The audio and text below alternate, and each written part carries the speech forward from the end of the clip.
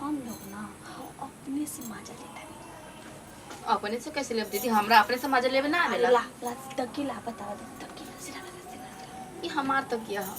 अल्लाह बता बता बता ये तकिया है ना एका के पकड़ के ऐसे क के एका के ऐसे क के रतिया में ऐसे चला ठीक रहेला ठीक बना। ए दीदी ई तकिया बनू मोरा समझ के तो भर पे कर सकते। वाह दीदी तब तो अच्छा आइडिया बताओ तनी।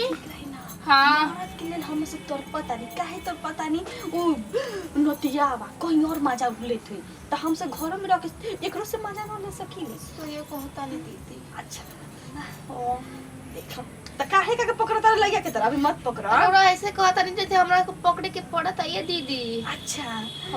मन में कुछ होता ना सूत का दीदी मन में कुछ होता ना का कहिए दीदी मन में बहुत कुछ होता है। अच्छा एक बात बताएं बोली दीदी। एक छोटी अरे कहीं ए दीदी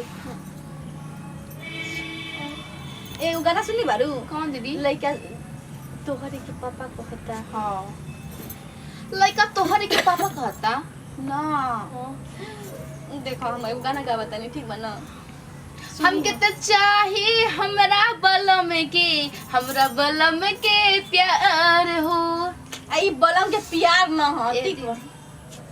ऐसे अपन राजा जी के प्यार करो वैसा ही लेकिन राजा जी के बहुत घर बड़ी मन करा तो उनका अखबारी पकड़े की। अच्छा हाँ। ये छोटकी को बात बताई हर अखबारी पकड़े के मन करता है। एगो चीज देखा वाला नहीं देखो ना ये छोटकी ये देखो ये दीदी कैसे से टंगरी उखाड़ा के लगी है। ये छोटकी देखो ना बहुत मजा बता देखी में ये दीदी अच्छा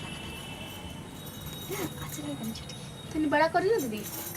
बड़ा करी बड़ा देखो अच्छा लगा ना ये छोटकी अरे बाप रे ये छोटकी बात बताई दीदी। पता नहीं कौन भेजला हां हाँ हमर नई घर के नहीं गो यार बार रहे उके और भेजला। कम 76 नहीं की ना दीदी। अरे अभी तो हो गल 6-7 साल शादी के तो नहीं थे ना तो पहले बहुत छोड़ी ना रहे। उतर के बात छोड़ी ना।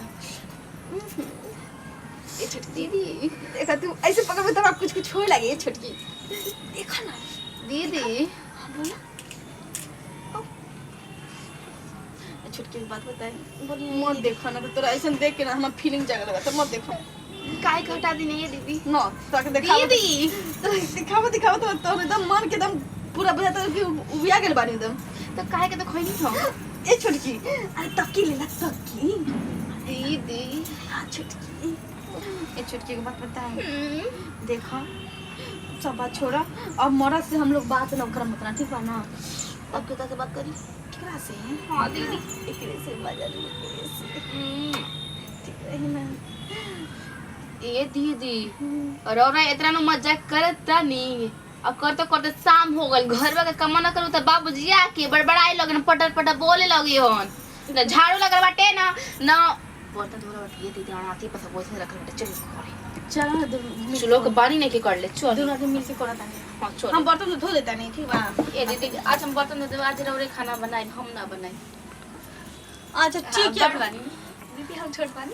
अच्छा तो गाना गुड़िया पहन के बैठे रहते तो सब चीज तो हमें करके पड़ी। दुल्हन दीदी दुल्हन दुल्हन दूसरा शादी के बोले दुल्हन बड़े करे दीदी जाए से पहले तनी पब्लिक लोग के कहती हां तनी जाए से पहले खाला ओठल लाली से रोटी बोर के जाता रा परदेश बलमुआ घर में हमके छोड़ के जनी जाए से पहले खाला ओठल लाली से रोटी बोर के। आ सुनी अब कुछ मत बोला ठीक बा ना पब्लिक लोग के बताबो कि हम सब का कोइली है घर में अकेले रह के बिना नमस्कार प्रणाम मैं हूं अंकिता शर्मा। नमस्कार प्रणाम मैं हूं पूजा मिश्रा और आप लोग अभी हम लोग के देखे हैं कि ये वीडियो आप लोग दिल पे मत लीजिएगा हम लोग सिर्फ हम लोग फिलहाल रोमांस कर रहे थे अपने अकेले रह के कि हाँ किसी की लेडीज के घर में किसी पति नहीं रहता होगा तो वो लेडीज के मन कैसा करता होगा कैसे दिखाया जाता होगा इसलिए हम लोग थोड़ा इंटरटेनमेंट वीडियो बनाए हैं। हाँ। और आप लोग के देखने के लिए